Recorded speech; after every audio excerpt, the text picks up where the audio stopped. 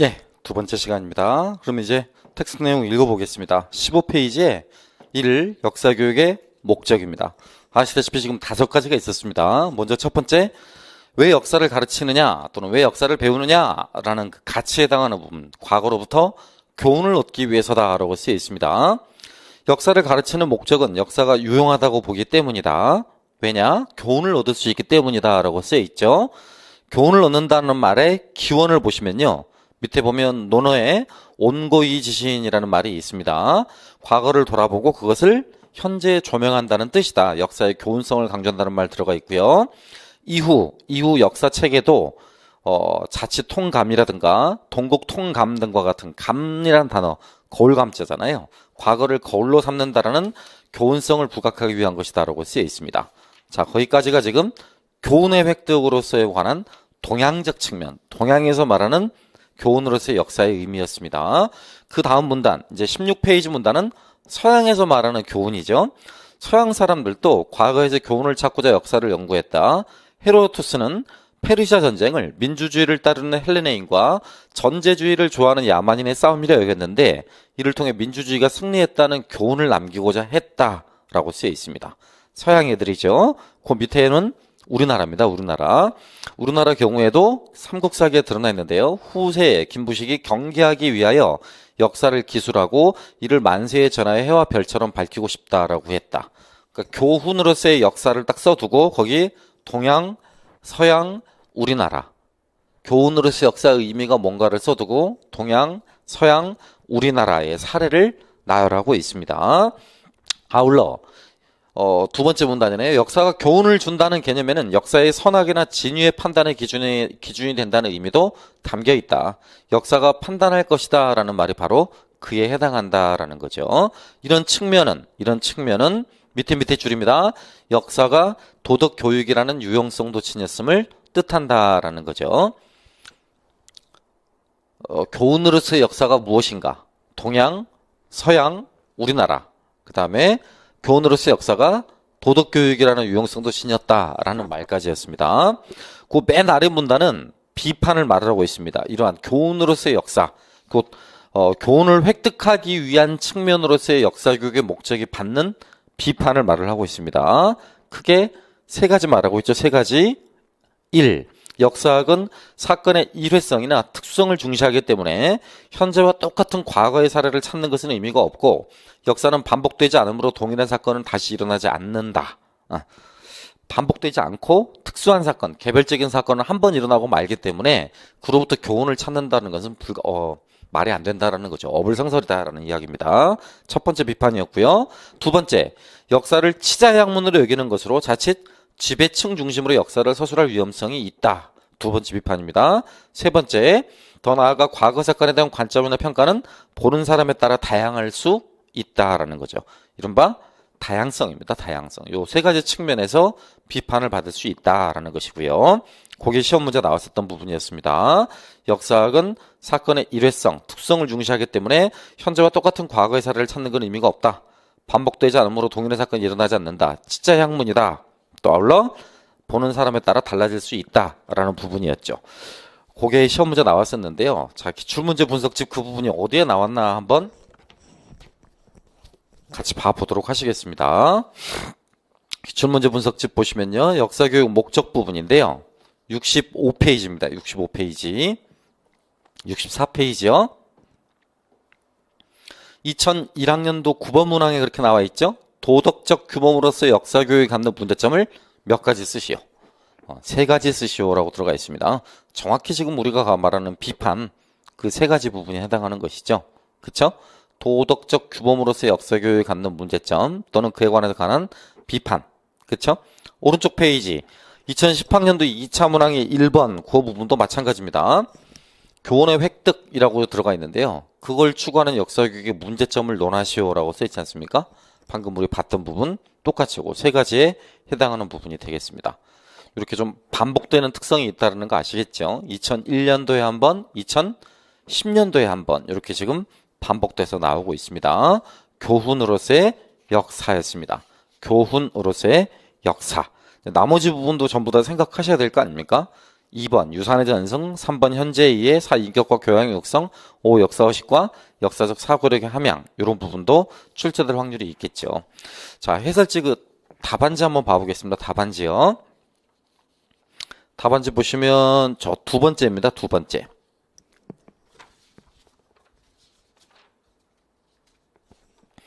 9페이지에 들어가 있는데요. 9페이지. 9페이지. 아울러 뒤에 10페이지까지 그렇게 답 내용 지금 겹쳐져 있습니다. 9페이지와 10페이지요. 답안 써있는 내용 보시면 알겠습니다만 대체적으로 그런 내용들하고 겹치죠? 출처 확인 그 부분에다가 그 부분만 써놓으면 되겠습니다. 똑같이요. 최상훈 외 역사교육의 내용과 방법 쓰시고 책과 함께 쓰시고 2007 쓰시고 페이지 16 이렇게 쓰시면 되겠네요. 출처 확인 부분에요. 16 이렇게 네, 그렇게만 써두시고 나머지 내용들은 한번 읽어만 보시면 되겠습니다. 다음입니다. 17쪽 두 번째 역사교육의 목적 유산의 전승이었습니다. 유산 역사가 유용한 다른 이유는 유산의 전승에 효과적이라는 점이다. 두 번째 문단 보시면 유산을 전승하는 목적은 한 사회나 국가에는 타자와 구별되는 공통된 유산이나 전통이 있다고 보고 그 정체성을 확인하기 위함이다. 그러면 이런 말로 표시할 수 있겠네요. 이렇게 그려볼 수도 있겠죠. 유산 전승이라는 말은요. 그죠? 주체인, 주체가 있고요. 그 주체인 나가 있겠죠. 나. 그 다음에 주체 이외에 나머지 주체의 대상이 된다라고 할 수 있겠죠. 타자라고요. 타자. 주체의 대상이지 않습니까? 대상. 이렇게 쓸 수 있겠네요. 주체의 인식 대상이라고 부를 수 있습니다. 그러니까 이 나와 다른 사람은 누구인가? 나와 다른 것은 무엇인가? 라는 걸 구별하기 위한 차원이라고 그랬죠. 나와 다른 걸 구별하고자 한다라고 한다면 이 안에서 뭐가 형성이 된다? 이 안에서 형성이 되는 게 정체성이다. 정체성. 아이덴티티라는 거죠.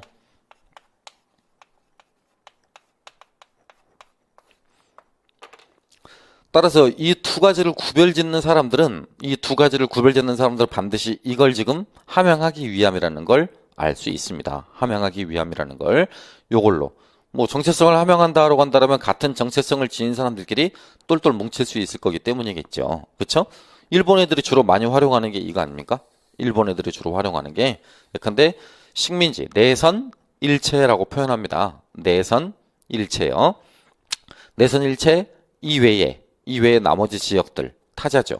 그러니까 일본이 있다라면 대동아 식민지, 동아시아 식민지가 있다라고 치면 동아시아 식민지와 일본을 이렇게 구별하는 사고방식. 네.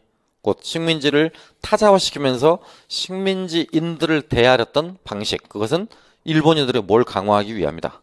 정체성을 강화하기 위함이다. 똑같은 패턴입니다. 독일인들, 히틀러죠. 아리아인들이 있고요. 유대인들이 있다라면 이 두 개를 반드시 구별해야만 한다. 제국 국적법 같은 것들을 토대로 해서 두 가지를 구별해야만 하는 이유는 무엇의 정체성을 강화하기 위함이다. 아리아인의 정체성을 강화하기 위함이다. 라는 거죠. 무슨 말인지 이해되셨을 것으로 봅니다.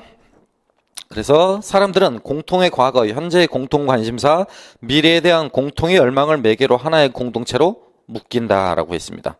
과거의 영광이나 불만에 대한 기억, 미래의 열망은 민족사의 한 부분을 형성함으로써 민족주의의 성장에 크게 공헌했고요. 이와 같은 목적을 위해 국가에서는 이것을 필수 과목으로, 역사를 필수 과목으로 정했고 민족사를 중심으로 영웅이나 국가의 승리와 화려했던 과거를 기술한 교과서를 배포하고 교육했다. 이 부분이 시험 문제가 나올 수 있겠죠. 그렇죠? 곧 유산의 전승.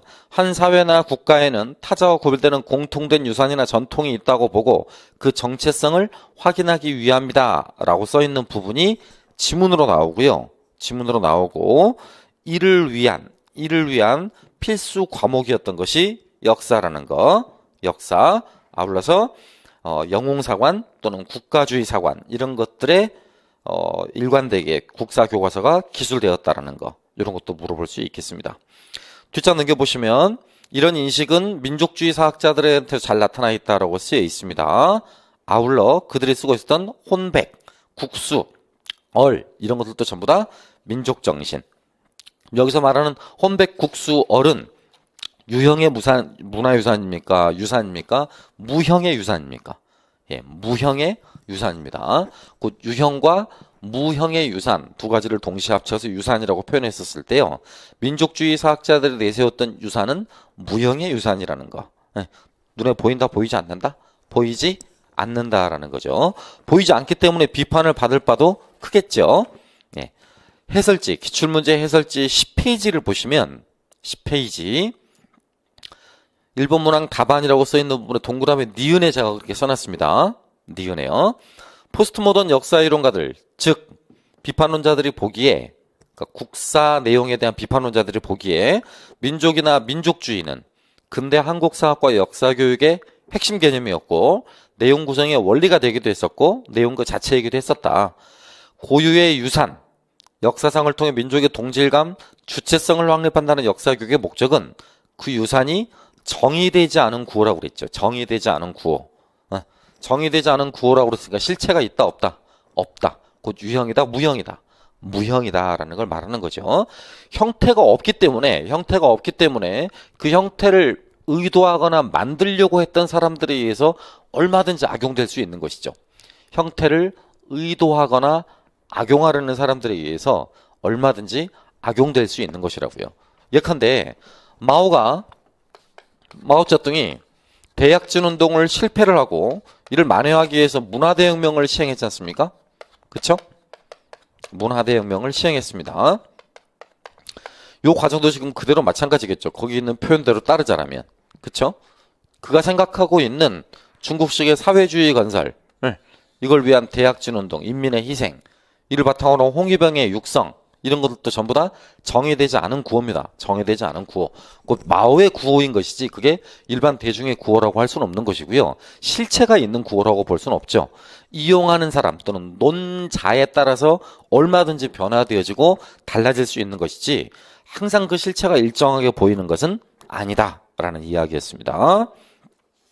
곧 다시 한번 강조합니다만 유산의 전승 목적은 타자와의 구별을 위함이고 그 타자와의 구별을 토대로 해서 정체성을 확인하기 위함이라는 거. 그거 시험 문제 나올 확률 굉장히 높습니다. 다시 한번 말씀드립니다. 17페이지의 맨 아래 문단. 유산을 전승하는 목적은 한 사회나 국가에는 타자와 구별되는 공통된 유산이나 전통이 있다고 보고 정체성을 확인하기 위함이다라는 문구, 그 문장을 철저하게 잘 외워두시기 바랍니다. 그 다음 18페이지 두 번째 문단은 또 비판에 관한 내용입니다. 두 번째 문단은 비판. 그 셋째 줄에 써있죠? 셋째 줄, 넷째 줄입니다. 1. 유산의 전승이 표방하고 있는 민족적 정체성이 무엇인지 규정하기가 어렵다. 방금 말했던 거 아닙니까? 유형이 아니라 무형이기 때문에요. 그걸 맹목적으로 강조하는 것은 민족주의의 과잉으로 역사교육을 실패로 이끌 수 있다. 1번이 되겠고요. 2번.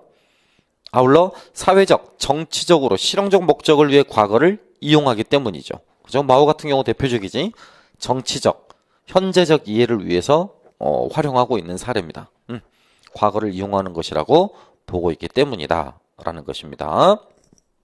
하지만 이를 둘러싼 좀 논란이 좀 있기도 해요. 그 두 번째 문단은 지금 비판이었고요. 마지막 세 번째 문단, 논란입니다. 논란. 정체성을 둘러싼 논란이에요. 한쪽은 어느 정도 합의할 수 있다라고 보는 거고요. 또 한쪽은 오히려 폐기돼야 한다기보다는 오히려 강조돼야 된다라는 거죠.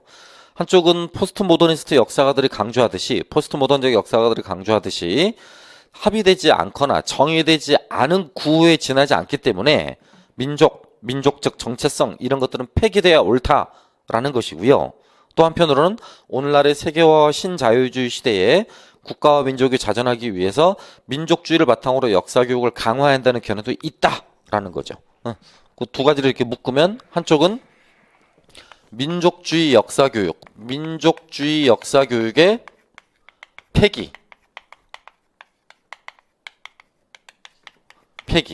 주로 포스트모던 진영에 서 있는 사람들이고요. 하나는 민족주의 역사교육의 강화. 이건 반 포스트모던 진영에 있는 사람들의 논리입니다. 강화하자, 폐기하자라고요. 민족주의 역사교육을 폐기하자라는 포스트모던의 주장, 또 민족주의 역사교육을 오히려 강화하자라는 반 포스트 모던의 주장. 항상 이렇게 양비론으로 나눠질 때는 두 가지의 절충을 취하는 것이 바람직하겠죠. 아무튼 그런 관점도 제기되고 있습니다. 자, 문단별로 지금 잘 나누고 계십니까? 2번 유산의 전승 목적 해가지고요.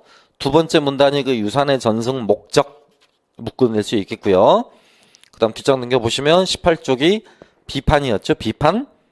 그 다음에 맨 아래 문단 세 번째 문단이 찬반 양론이었습니다. 민족주의 역사교육에 대한 찬반 양론 이렇게 묶여져 있습니다. 자, 그 다음 세 번째 역사교육의 목적입니다. 19페이지 현재를 이해하기 위해서다. 역사가 유용한 세 번째 이유로는 사실을 습득하며 현재를 이해하는데 큰 도움이 된다라는 거죠. 왜? 현재를 이해하면 사실을 습득하면 왜 현재를 이해하는데 도움이 되겠습니까?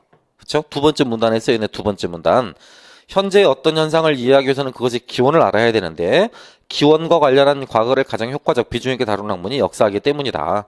과거에 어떤 사회가 있었는지, 그 사회가 어떻게 움직여갔는지, 인간의 사회적 행동의 원인과 결과는 무엇이었는지, 그리고 사회가 어떻게 과거에서 현재로 성장해왔는지를 밝히며 오늘날 사회가 안고 있는 문제점의 원인을 구체적으로 밝혀주는 특별한 학문이다 라고 하는 거죠. 그렇기 때문에 과거를 알지 못하면 현재도 알지 못하고 궁극적으로 현재 문제를 해결하기 어렵다라고 쓰여 있네요.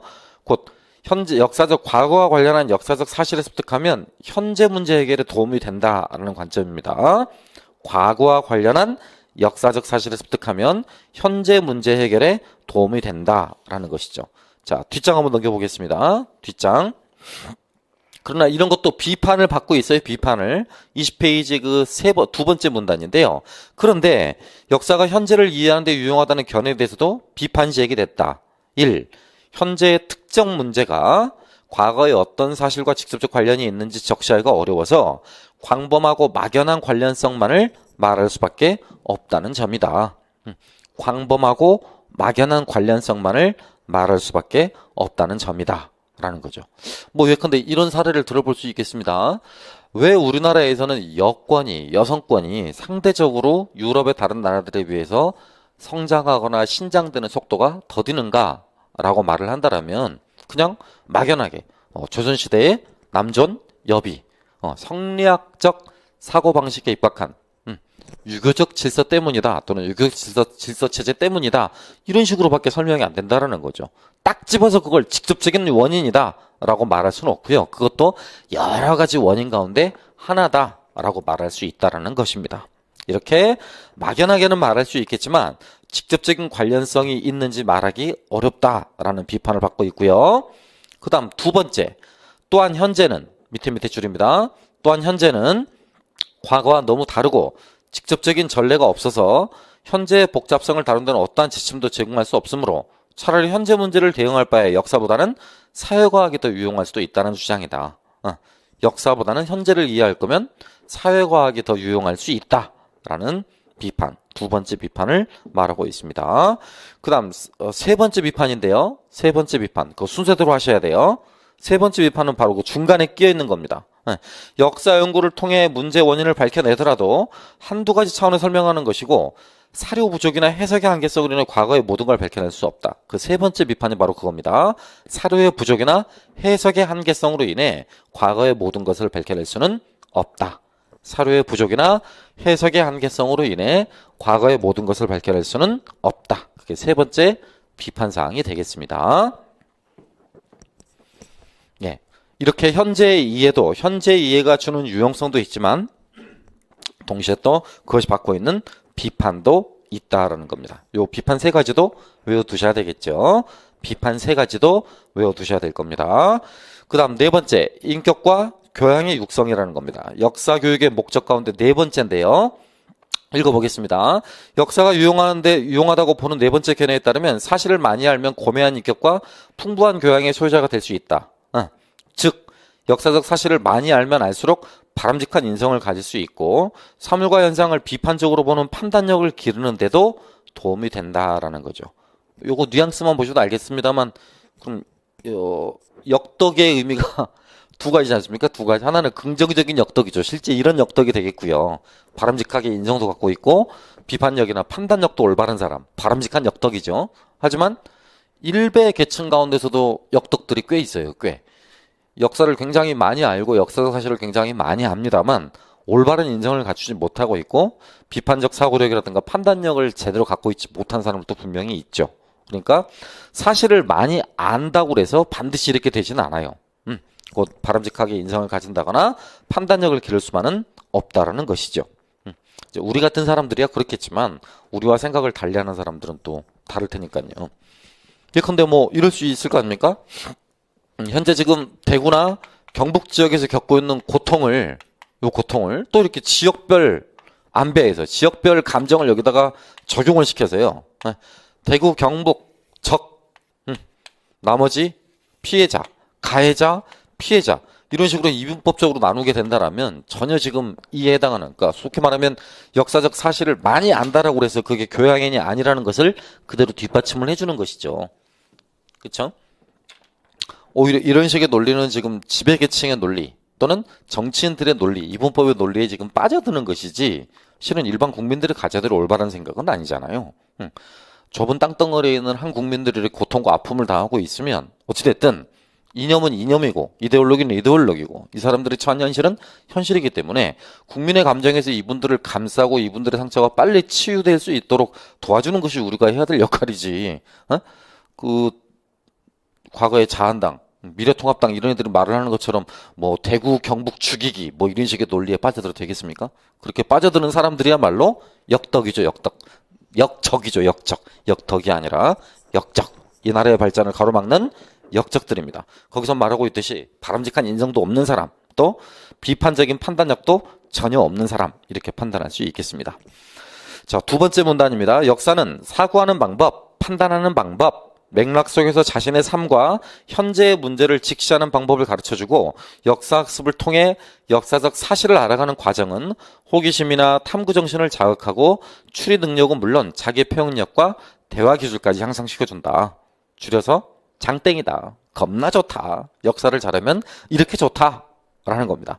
교양과 지성을 갖춘 우리 같은 사람들은 다른 사람의 생각을 인정할 수 있고 사물의 이면을 꿰뚫어 볼 수 있습니다. 통찰력이라고 해요. 사물의 이면을 꿰뚫어 볼 수 있는 능력, 통찰력.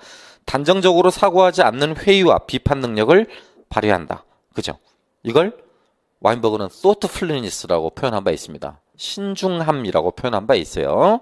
역사가의 덕목 가운데 하나입니다. 덕목. 신중함이죠. 신중함.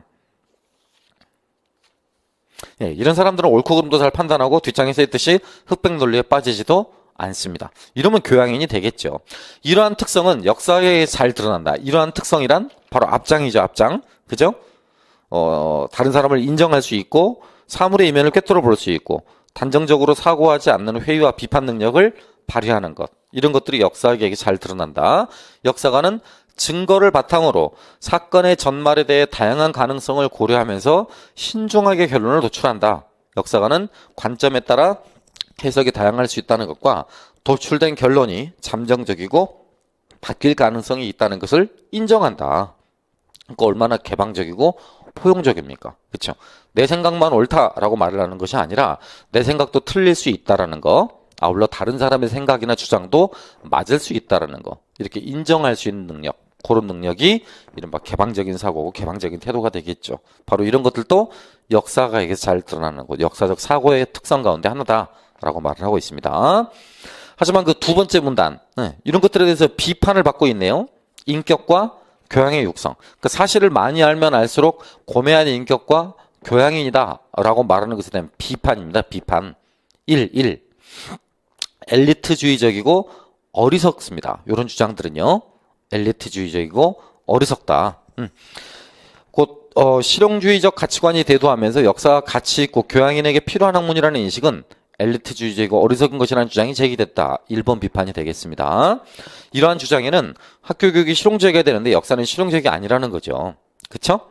또 먹고 살만한 사람들한테나 필요한 과목 학문이지 바쁜 보통 사람들에게는 먹고 살기 바쁜 보통 사람에게 무용지물이라는 생각도 등장했다라는 것이고요. 하지만 이런 생각이 잘못된 거죠. 바로 밑에 쓰였습니다. 왜냐하면 오늘날은 일반인의 관심사가 되기도 했고, 더 나아가 역사의 주인공이 위인들이 아니라 우리와 같은 사람들이죠. 보통 사람이요. 따라서 역사가 엘리트라는 학문이라는 생각은 바뀌어야 한다라는 것입니다. 그거 하나 좀 외워두셔 봐봐. 뭘 외워두시냐면 엘리트주의적, 교양인에게 필요하다라는 사고방식은 엘리트주의적이다 라는 말이 있었죠. 엘리트주의적이다 라는 말에 대한 비판, 반비판이 되겠네요. 그러니까 비판에 대한 비판이니까요. 그 다음 또 다른 비판입니다. 또 다른 비판. 비록 역사가 인간의 의식주와 직접 관련있는 건 아니지만 개인의 발달에 기여하고 가치 있는 삶에 이바지한다는 점에서 여전히 유용하다. 역사가 없었다면 역사교육은 빈약해지고 개인의 삶과 능력도 더 초라해질 것이다. 특히 세계사 학습은 점차 다원화되고 상호 의존적인 세계에서 필요한 공동체의식, 상호 존중과 시민의식을 길러주는데도 공헌할 수 있다라고 그랬습니다. 세계사 학습 그 부분만 좀 밑줄 치고 한 번쯤 좀 기억해 두십시오.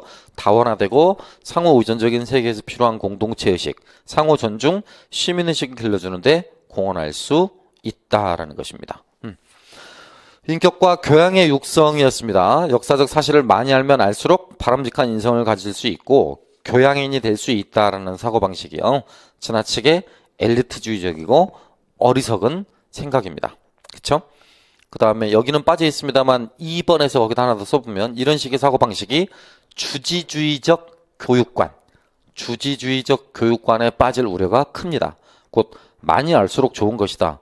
역사는 많이 알수록 좋은 것이기도 하지만요. 그건 못지않게 중요한 것이 왜 그렇게 사실들이 나타나게 되었는가.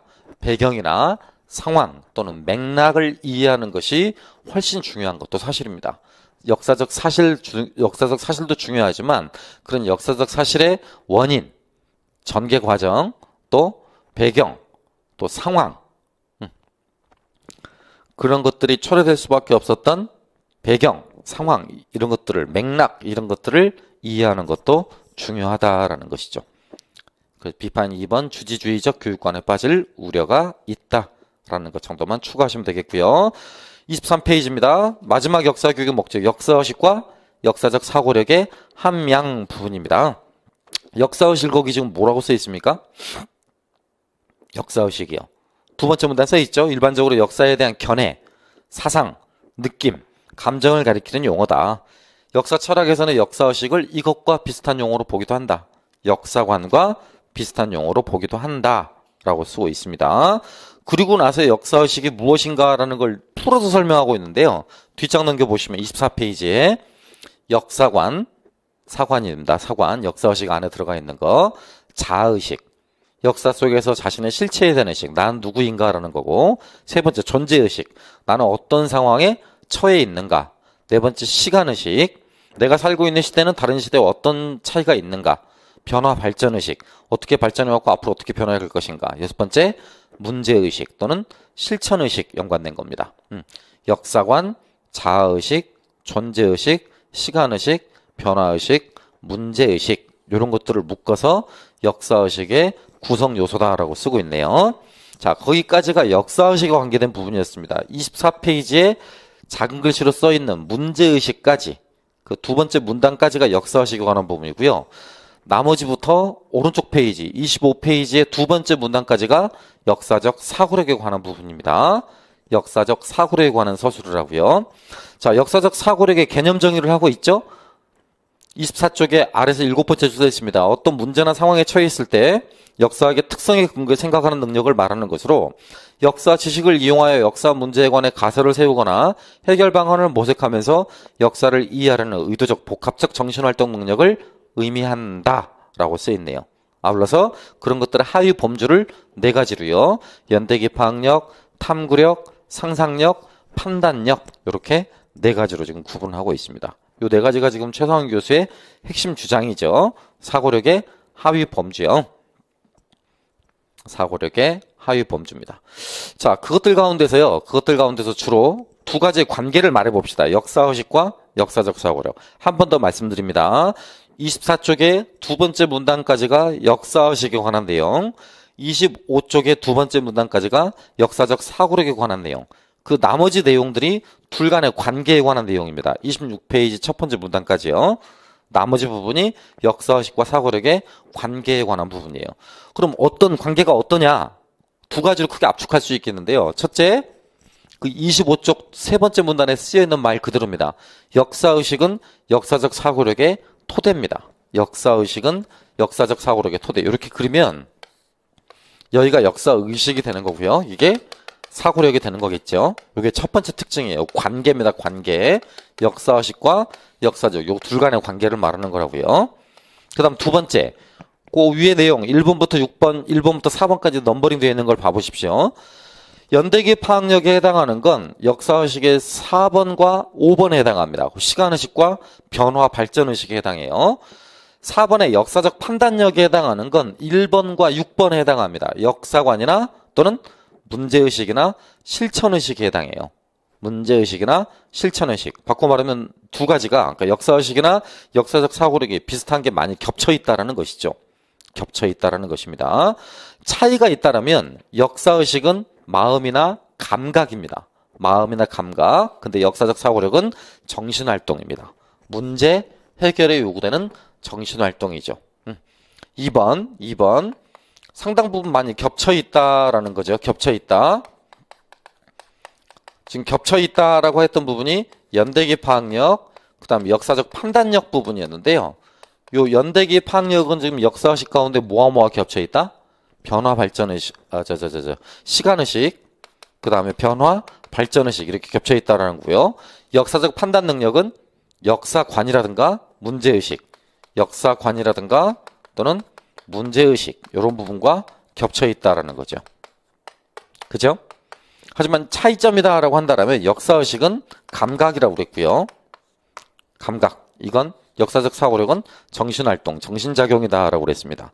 그 말이 아시다시피 25쪽에 맨 아랫줄부터 써 있습니다. 맨 아랫줄. 결국 역사의식과 사고력의 범주는 상당 부분 겹쳐 있다고 볼 수 있다. 시간의식이나 변화 발전의식. 왼쪽 페이지 보시면 그게 4번과 5번이죠. 연대기 파악력과 관계가 깊다. 그러니까 오른쪽에 1번 아닙니까? 아울러 역사관이나 문제의식. 다시 앞쪽으로 돌아와서 동그라미 1번과 6번이죠. 이게 판단력과 밀접하게 관련이 되어 있다. 공통점이었고요.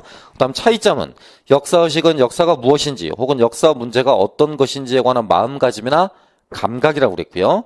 역사적 사고력은 이런 역사 문제를 해결해가는 정신활동이다라고 그랬습니다. 감각이냐 정신활동이냐 라고 하는 것이었었죠. 그렇죠?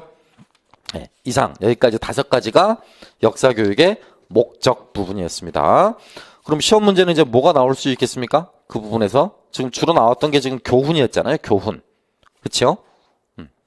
교훈. 그러니까 현재를 이해하기 위해서라는 역사교육의 목적이 갖는 비판도 물어볼 수 있겠습니다. 비판. 아까 3가지 있다라고 했었습니다. 20쪽에. 그거 물어볼 수 있겠고요. 인격과 교양의 육성이 갖고 있는 비판이요. 그 2가지 있다라고 그랬잖아요. 엘리트주의적이고 어리석다라는 비판을 받을 수 있겠고 주지주의적 교육관에 빠질 수 있겠다라고 그랬고요. 그 다음 이제 3번째 시험 문제 나올 수 있는 게 요 둘 간의 관계 부분이었습니다. 관계. 역사의식과 역사적 사고력의 관계 부분이요. 그렇죠? 상당 부분 겹쳐져 있는데요. 공통점은 이런 부분에서 겹쳐져 있다라는 거. 연대기 파악 능력이라는 역사적 사고력은 역사의식 가운데 요 시간의식이라든가 시간의식 또는 변화, 발전의식과 관련이 있겠고요. 역사적 판단력이라는 역사적 사고력은 역사관이나 문제의식과 관련이 있다고요. 다만 차이점은 역사의식은 감각인데 비해서 역사적 사고력은 정신활동이라는 거. 이런 점이 차이가 있겠습니다. 그런 점들만 잘 기억해 두시면 되겠습니다. 자, 다시 돌아가세요. 왜 지금 우리가 1장을 했습니다. 1장을. 요 로마자 1번을 했죠? 왜 이 부분을 언급하고 있냐면 2장 부분이 이 사람이 말하고자 하는 핵심이라고 그랬잖아요. 최상훈 교수님이 말씀하시고자 하는 게 목표라고 그랬잖아요. 그럼 왜 목표를 말하기 앞서서 목적을 이야기했냐면 이 목적이 목표와 연관성을 맺고 있다라고 그랬죠. 이렇게 연관성을 맺고 있을 뿐만 아니라 아울러서 이걸 말할 거면 목표를 말을 할 거면 상위의 범주인 목적을 말해야 되기 때문에 지금 로마자 1번에 목적을 쓰고 있는 거고 다음에 목표를 말을 하고 있는 거라고요. 이해되겠습니까? 목표의 필요성과 분류했죠. 목표는 필요하다라는 말이었고, 그죠? 목표는 여러 가지 분야로, 여러 가지 기준으로 나누어 보는 시도가 있어 왔다. 라는 말이었겠죠. 그쵸? 그 다음 로마자 3번 마지막 3번이고 뭐였습니까? 목표의 설정이었죠. 목표를 잡고자 할 때는 앞으로 이런 점들에 조심하자라는 거였죠. 목표를 설정하고자 할 때는 이런 점들에 조심하자라고 했던 거였습니다. 그러니까 이분이 하고 싶은 이야기는 목표는 반드시 설정될 필요가 있다라는 것이고 설정할 때는 이런 것들에 조심하자라는 말이었습니다. 지금 제가 2번 반복해서 말씀드렸습니다. 자, 2번 역사교육 목표의 필요성과 분류 부분입니다. 역사교육 목표의 필요성과 분류. 자, 26페이지입니다. 26페이지. 1. 역사교육 목표의 필요성. 일단 옆에다가 필요하다, 필요하지 않다. 필요하다라는 겁니다. 필요하다. 저자의 입장은 필요하다라는 거예요. 어디에 그게 써 있습니까? 27페이지에 아래서 넷째 줄에 보면 써 있습니다. 그러나 교육 목표가 없으면 교육의 방향을 잃을 위험이 있고 지식 중심의 교육에 치중할 우려가 있으므로 명시적이든 암묵적이든 교육 목표를 상정할 필요가 있다라고 말을 해놨죠. 이게 저자의 입장이에요. 교육 목표가 필요하다라는 것이죠. 자, 26페이지입니다. 거기서부터 읽어볼게요. 먼저 나눠볼까요? 나눠봐요. 첫 번째 문단은 앞장이죠. 앞장과 뒷장과의 관련성 말한 거죠. 로마자 1과 로마자 2의 관련성을 말하는 게 첫 번째 문단이잖아. 앞에서 제시한 역사교육의 목적은 역사를 학습할 가치가 있다고 타당하게 받아들일 수 있도록 진술한 것으로 이념적 포괄적이다. 이에 반해 2장에서 진술할, 로마자 2장에서 진술할 목표는 목적 달성을 위해 필요한 좀 더 구체적, 명확한 대상을 말한다. 다시 말해 역사교육 목표는 그 목적을 달성하는 데 필요한 하위 요소를 구체적으로 명시적으로 제시한 것이다. 라고 쓰여 있습니다. 그 다음 그 밑에 내용이 우리 파란 책에서 봤었던 목표의 위계화입니다. 위계화, 교육 이념, 교육 목적, 학교 목표, 교과 목표, 학년 목표, 단원 목표, 수업 목표 이렇게 들어가 있네요. 아까 저 부분에서 그러고 보니까 하나 빠진 것 같네요. 이거 어떡하지? 이 부분이었군요. 이 부분. 여기서 교과 목표가 빠졌네요. 죄송합니다. 교과 목표가 학교 목표, 교과 목표, 학년 목표, 단원 목표 이렇게 돼야 되는데 뭐 하나 빠졌다 싶었다. 이런 걸 파란 책에서 위계화라고 불렀습니다. 위계화. 그 가운데 지금 교사 차원에서 지금 맨 마지막에 결정하게 되어 있는 게 수업 목표입니다. 아래서 네 번째 줄 보면, 즉 수업 목표는, 학습 목표는 교사가 국가교육과정을 참조하여 자신이 가진 교육관에 따라 설정하게 된다. 그러니까 누구마다 다르다. 교사마다 다르다라고 쓰여 있습니다. 자, 거기까지가 위계화에 관한 부분이었고요. 첫 번째 문단이 목적과 목표의 연관성이었고 두 번째 문단이 교육 목표 위계화와 관련한 것이었습니다. 그 다음 26페이지 아래서 두 번째 줄부터 오른쪽 페이지까지가 찬반입니다. 찬반. 목표를 설정하는 것에 대한 찬성론과 목표를 설정하는 것에 대한 반대론. 그래서 27쪽 첫 번째 문단까지가 찬성론이고요.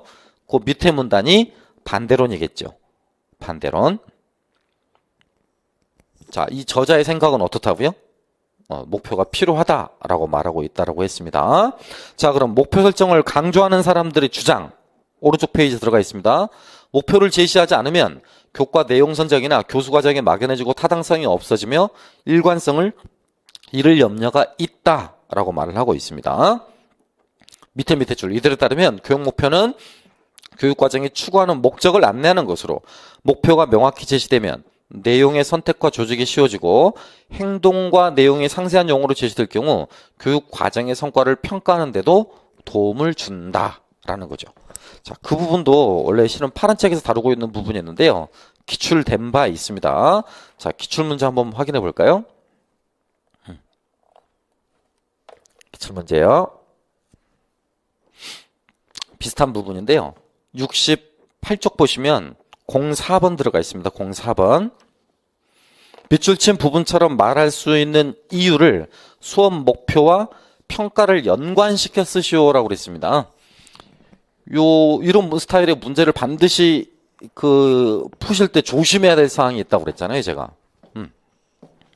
문항 이해력인데요.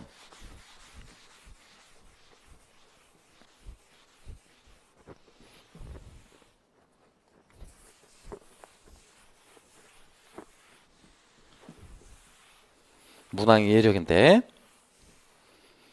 지금 문제 조건이 뭐냐면 수업 목표와 평가를 연관시켜라고 말을 하고 있습니다. 연관시켜. 이 말을 쉽게 말하면 내가 어떤 답을 문장으로 쓰는데 이 문장 안에 목표라는 말이 있다면 뒤에 반드시 무슨 말을 써라? 평가라는 말을 써라라는 거예요. 그러니까 실은 이 연관시켜라는 말은 이 두 단어를 뭐해서? 포함해서 쓰라라는 말이죠. 포함해서 쓰라라는 말입니다. 네. 밑줄 친 부분처럼 말할 수 있는 이유를 수업 목표와 평가를 연관시켜 쓰시오 그랬으니까 답안지 안에 수업 목표라는 말과 평가라는 말이 반드시 포함되게 쓰라라는 이야기죠. 한번 읽어보겠습니다. 파란 책에서 배웠던 내용이고요. 1, 2월 달에도 그 수험서 안에도 써있던 내용이니까 금방 풀어볼 수 있을 것 같아요. 68쪽에 기출문제집 68쪽에 04번입니다. 2005학년도 3번이요. 수업 목표는 행위 동사를 사용하여 달성해야 할 목표의 수준을 명시적이고 구체적으로 나타내는 것이 좋다. 이런 입장이 교육 목표의 상세화를 주장하고 있는 사람들의 입장입니다. 교육 목표, 수업 목표의 상세화를 강조하는 사람들의 입장이라고요. 그리고 수업 목표를 진술할 때는 내용과 행동을 함께 진술하는 것이 바람직하다. 타일러겠죠, 타일러. 목표 진술할 때 괄호와 괄호를 함께 진술하자. 내용과 행동을 함께 진술하자. 그 다음 아울러 행동 목표를 쓸 때는 교사의 행동이 아니라 학생의 행동으로 쓰되 학습의 결과로 학생들에게 길러주고자 하는 행동의 형태로 제시되어야 한다. 3개 외우시면 되겠지. 수업 목표 진술 시에 유의사항이라서 1. 내용과 행동을 결합해 진술하자. 2. 행동 목표는 학생의 행동으로 진술하자. 3. 학습의 결과로 학생들에게 길러주고자 하는 행동의 형태로 제시하자. 이렇게 문제가 또 바뀔 수도 있습니다. 문제로 나올 수 있다고요. 학습의 결과로 학생들에게 길러주고자 하는 행동의 형태로 제시된다. 이를테면 세계 4대 문명의 특징을 안다라는 수업 목표보다는 세계 4대 문명의 특징을 3가지 열거할 수 있다라는 거죠. 그렇죠? 3가지라고 그랬으니까 수락 조건까지 들어가 있습니다. 수락 조건이요. 앞에 나와 있으면 내용과 행동이 들어가 있다면 내용과 행동도 들어가 있지만 거기다가 3가지라는 단서까지 들어가 있기 때문에 수락 조건까지 포함하고 있죠. 이른바 메이거 형태에 가까운 진술인데요. 아무튼 세계 4대 문명의 특징을 3가지 열거할 수 있다라는 말이 지금 상세화된 목표의 상세화된 진술이라는 걸 알 수 있습니다. 상세화된 목표 진술이라는 걸 알 수 있다고요. 이렇게 교육 목표의 상세화가 이루어지게 되면 평가 문항을 작성하기도 쉬워서 평가 문항의 타당도와 신뢰도도 높일 수 있고요. 평가의 구체적인 지침이 될 수 있습니다. 곧 수업 목표에 그 답안지에 지금 교육 목표라고 써있는데 원래 그 교육이란 말을 지우시고요. 오탄데 제가 교정을 못했네요. 수업 목표라는 말로 바꾸십시오. 교육 목표가 아니라 수업 목표요. 죄송합니다.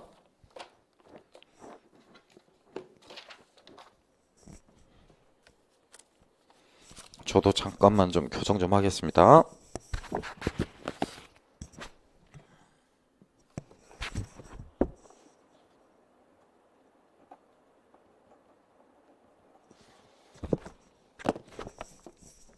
예, 12쪽, 해설지의 12쪽에 3번 문항 답안으로 들어가 있는 부분에 교육 목표의 상세화가 이루어지면이라고 되어 있는 부분에 수업 목표의 상세화가 이루어지면이라는 말로만 좀 단어를 좀 바꿔주시기 바랍니다.